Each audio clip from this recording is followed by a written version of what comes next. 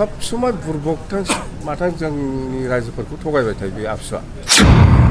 रमद बर'आ आरोबाव जोंनि बे बिटिसि बाखि रायजोफोरखौ आरोबाव खेबसेबाव फानबावबाय आगोलावथ' फानखाबाय सक्तिनि दारै आरोबाव दा लकसभानि खेथ्रआवबो रमद बर'आ सेस खालामबाय जोंना बिपिएफ हानजा हिसाबै थांनाय 20 जुनाव जितु इलेक्शन कमिशननिफ्राय जितु समस्तिखौ लानानै डेलिमिटेशननि जितु ड्राफ्ट ओंखारदोंमोन बे ड्राफ्ट ओंखारनायनि सायाव एसेम्बलि समस्ति हिसाबै जोंहा बुंनांगौ गैया थिगैनो दङ जोङो 15था मोनदों एसेम्बलि हिसाबै किन्तु लकसभा हिसाबै जोंहा बुंनांगौ दङ माने जोङो 2003 सननि 10 फेब्रुवारियाव जितु सुक्ति खालामदोंमोन बे सुक्तिनि समावनो जोङो आसाम सरकार आरो भारत सरकारखौ बुंखानाय जादों दे नोंथांमोनहा बे सुक्तियावनो उदालगुरि आरो क'क्राझार लकसभाखौ बानायखानानै हरनांगौ होननानै किन्तु बिथांमोना बेखौ होआखै नङा जों दा बेखौ होनो हाया इलेक्शन कमिशननि खोथा दं बिदि होननानै जेब्लानाखि आसामाव डेलिमिटेशन जागोन बे समाव जाहाथे जानो हायो उदालगुरि आरो क'क्राझार लकसभा बे हिसाबै सुक्तियाव लिरनानै हरखानाय दंमोन बे हिसाबै समय मथे 2007 समाव 2007आव मोनसे ड्राफ्टिंबो ओंखारबायमोन जे उदालगुरि मोनसे लकसभा आरो क'क्राझार मोनसे लकसभा किन्तु दिनै गोदानै जितु थांनाय 20 जुनाव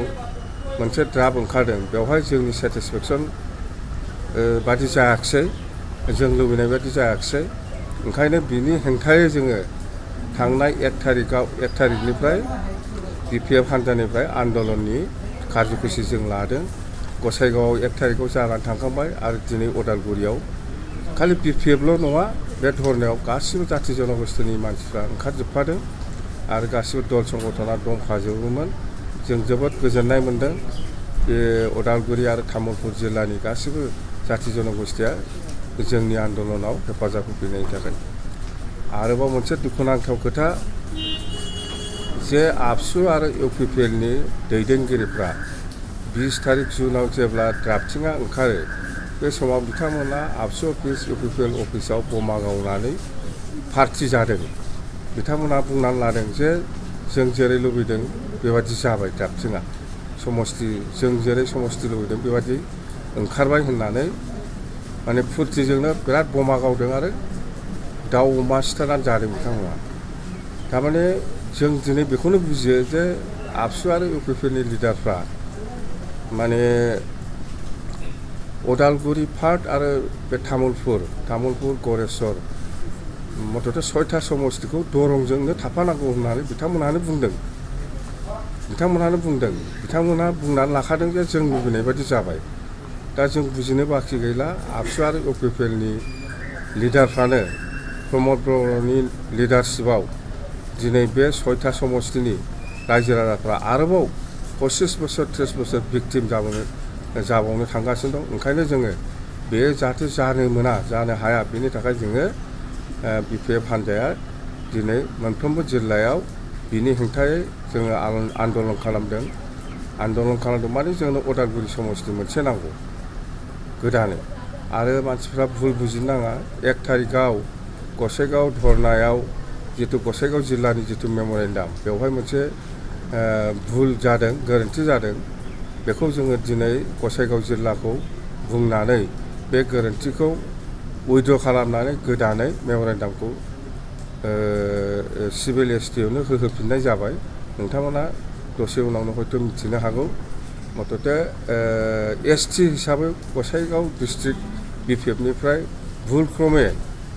एसटि जानांगौ होननानै लिरना होदोंमोन बेखौ जोङो दिनै उइद्र' खालामहोबाय गसाइगाव जिल्लाखौ बेखौ भुल बुजाबुजि जानो नाङा मथथे जोंना समस्ति जानांगौ उदालगुरि दा एसटि बा एससि बा अबिसिनि खोथा गैया मथथे जोंनो उदालगुरि हिसाबै मोनसे लकसभा समस्ति जोंनो नांगौ बियो जेनेरेलानोखा जिहेतु मंगलदैयाबो जेनेरेलमोन आरो बोरै एसटि जानो एसटि सिटआ बारायाखै आसामाव आगोलाव जेरै दङ एरैनो बे हिसाबै बे जेनेरेल जाखागोन बेहाय जोंनि मानसिफ्रा भुल बुजिनो नाङा दा बेफोरनो दा जोङो बारे जों ओंखायनो खावलायदों आबसुनि लिडारफोरखौ बा इउपिपिएलनि लिडारफोरखौ बा UPPL सरकारखौ बिथांमोनहा गोसो जाबा माने पार्टियाव डिसिसन लानानै सरकाराव डिसिसन लानानै थाबैनो जुदि इलेक्शन कमिसननो हरोब्ला निश्चय बियो उदालगुरि समस्तिया निश्चय जों मोननो हागोन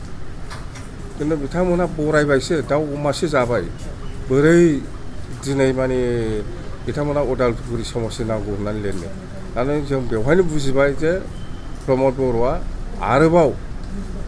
जोंनि बे BTC बाखि रायजोफोरखौ आरोबाव खेबसेबाव फानबावबाय आगोलावथ' फानखाबाय सुक्तिनि दारै आरोबाव दा लकसभानि खेथ्रआवबो रमद बर'आ सेस खालामबाय बे BTC बाखि रायखौ BTCनि रायजो राजाफोरखौ बयबो रायजो राजाफ्रा बयबो जाथि जनगोष्ठिया बयबो लुबैदों दिनै खिन्थु प्रमद बर'आ चुपचाप साइलेन्ट प्रमद बर'आ गोसो जाब्ला सरकाराव डिसिसन लानानै केबिनेट डिसिसन लानानै हरबानो जायो दाबो समाय दङ 11 तारिखसिम क्लेम आरो अबजेक्सना हरबानो जाबाय एबसुनि लिडारफ्राबो खालाम एबसु माने UPPL माने एबसु बेथ' बुजिनो जों बाखि गैखाया बिसोर हरनोनो गोसो गैया थारमाने बिसोरनो बानायखानाय थारमाने जे उदालगुरि जानो मोना दरंआव थाफाजोबनांगौ होननानै जायनि फलाव दिनै बे रिजाल्ट ओंखारदों खिन्थु जों मानिया जोंनि BTCनि गासिबो रायजो राजाफ्रा गासिबो जाथि जनगोष्ठिया लुबैदों जे उदालगुरि हिसाबै लकसभा जानांगौ बे हिसाबै जोङो आन्दलनखौ लांबाय थागोन आरो जागासिनो दं गाबोन क'क्राझाराव जाबावगोन बेनि उनाव काजलगाव जागोन बेनि उनाव बिजनी जागोन बेनि उनाव बाक्सा जाबावगोन आरोबाव बेफोर जोबखांनायनि उनाव आरोबाव जोंनि गेजेराव सावरायगोन जोंनि नेक्स्ट स्टेप जिथु आन्दलन बेखौ जों बोरै लांनो बेखिनि खोथा ओमफ्राय आं थाब्लाथ' बेबायदि जानायनि खुनु प्रश्नआनो फैयामोन आं जुदि सरकाराव दंमोनब्ला बेबायदि खुनु दिन जानो हायामोन आरो साहस गैया जों थानांगौमोन सरकाराव जों थानांगौमोन अब्ला बेफोर जानो मोनामोन लकसभायाव उदालगुरिया 100आव 100% जायोमोन आरो जोंनो सुक्तिखारि आरो जों सरकार सालायनाय समाव बेबायदि जानो हायो नामा दिनै प्रमद बर' सरकार दा जानाय समाव बे 3 बोसोराव मोननै एक्सट्रिमिस्ट अर्गानाइजेसन खुलिबाय BTCआव बे बोरै सान्थि जाखोबालाय जों 15 बोसोर 17 बोसोर BTC सालायनाय समाव मोनसे बेबायदि गोदान आर्मस दैग्रा संगठन उजियाखैमोन खिन्थु दिनै प्रमदनि दिनाव मोननै जाबाय बे मा जाखो मा सिम्बल बेलाय प्रमद बर'नि दिनाव जाबाय थागोन गन्दगला जाबाय थाखागोन दै आरोबाव मोनसे खोथा बिराद लासिंसिं माने आबसुआ दाखालि उदालगुरि लकसभा जानांगौ होननानै आन्दलन खालामनाय जों नुनो मोन्दों खोनादों बयबो मिथिगौ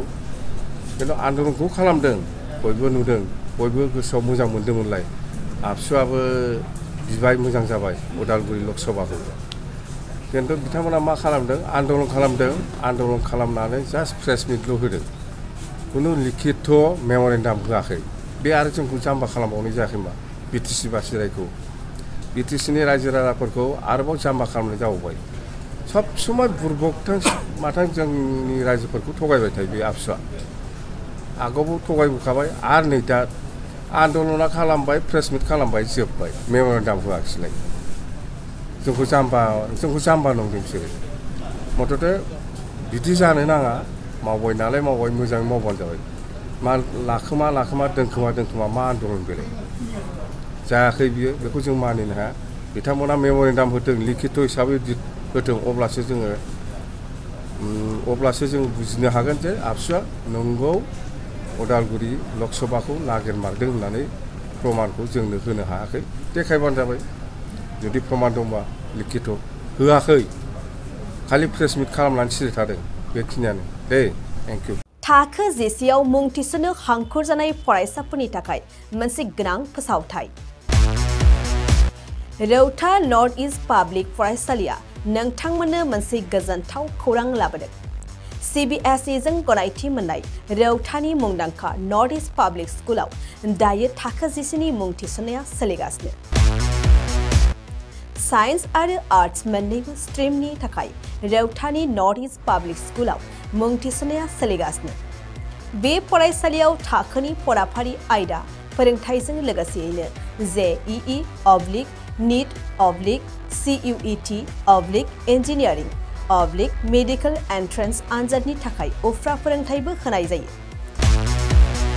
बे फरायसालियाव बिजाब बाख्रि, फरायसाफोरनि थाखाय हस्टेल आरो गेलेनाय, मोसानाय बायदि बायदि केरिकुलार एक्टिभिटिसनि सुबिदा दं।